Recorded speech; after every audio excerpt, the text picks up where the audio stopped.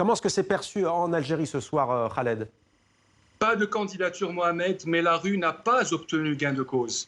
La rue n'a pas obtenu gain de cause parce que le président de la République n'est pas candidat pour un 5e mandat, mais le président restera président jusqu'à l'organisation d'une conférence nationale et jusqu'à l'élection présidentielle. Et ce n'est pas ce que la rue a demandé.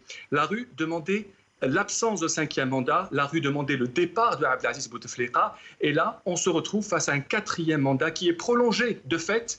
Et on verra maintenant si la rue va réagir, si elle va accepter cette demi-reculade. Et on va voir ce soir, on imagine peut-être des scènes de liesse. Il est trop tôt pour le dire, on verra tout cela avec vous dans nos prochaines éditions, Khaled. On imagine qu'en coulisses, ça a dû être féroce, la bataille pour décider ou non de reconduire Abdelaziz Bouteflika. On imagine aussi que les rumeurs vont aller bon train dans les heures qui viennent.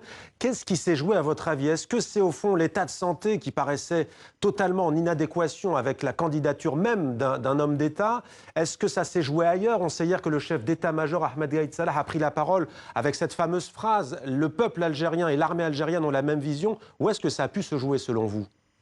L'ultime réunion s'est déroulée aujourd'hui à la résidence d'État de Zeralda avec la présence notamment du Premier ministre Ahmadou Yahya, et la décision est tombée il y a juste quelques minutes. Et cela, évidemment, suit l'évolution du discours, notamment du chef d'état-major, qui a eu 3 discours depuis le 22 février avec 3 variantes différentes. La dernière était beaucoup plus ouverte, beaucoup plus optimiste avec le mouvement populaire. Mais aujourd'hui, il faut attendre, comme vous venez de dire, la réaction de la rue. Est-ce qu'il y aura une liesse ou pas? Même si, je le répète, comme je vous l'ai dit tout à l'heure, nous sommes à mi-chemin et ce n'est pas toutes les préoccupations, toutes les revendications des manifestations du vendredi qui ont été respectées aujourd'hui.